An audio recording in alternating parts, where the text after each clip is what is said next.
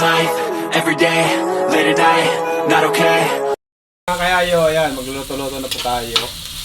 Ano lang to, personal na luto. Sa inyo na, kung gayahin nyo. Pero sa akin lang to. Kumbaga, aming ulam lang itong dalawang mag-asawa. Ni Trixie TV Vlog. Ayan, pagkaluto, pagkaano na yan, lalagyan ko na yan ng gulay. Ari po ang aming gulay. Ari. Oh. Ari, yan, oh. Sari ko tawagin. At yan, binili ko sa palengke kaninang umaga. Paanoin muna natin na medyo maano na yung ano. Hinaan ko lang kasi apoy kasi masunog eh. Yan po. Hindi ko po alam kung anong luto ito.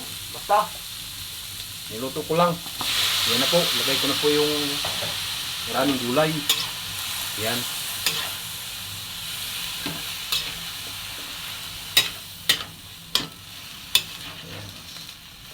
Likod natin. Bala ko nga sana kanina itogi.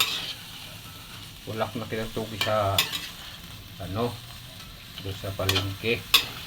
Nasipan ko na lang, sari na lang. Masustansya naman po ito. Yan. Ating ano muna tawag niyan, halong maigi. Pagka kumatas na po yan, kumatas na po yung gulay, takpan muna natin mga ilang minutes. Pagka kumatas na yung gulay, yan magluto sarili niyang ano, katas niya, yan magluluto sa sarili niya. At saka natin timplahan yan.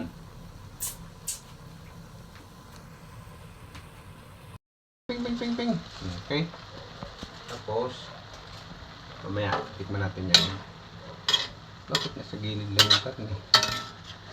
Pinilin. Yan o. Diba? Oh, lumabas na yung kanyang ano. Yung magluto sa kanya, sarili niya yung kartas ng gulay.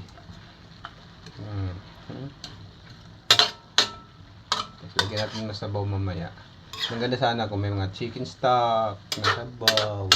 Yan ang pagsabaw dito. Mga bulalo. Yan. Yan, masarap yan. Yan na yung forma na ako ng may sabon. Tignan ko muna yung katas niya kung paano natin ano.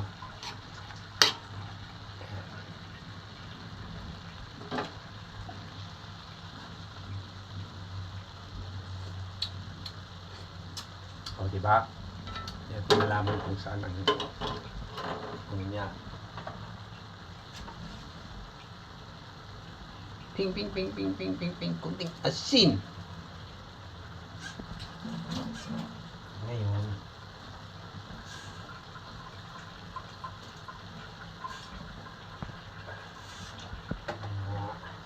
Kunting sabaw lang.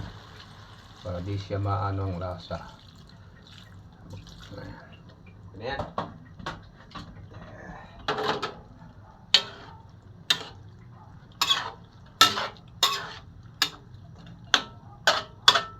Takpan natin ulit. Kunting ano lang yan. Ito na yan. Kulo na lang yan. Ayan. Kasi hindi pa na ano yung mga patatas. Ay, carrots. Carrots. Kerotin. Carrots ba doy? Carrots na. Santi ay.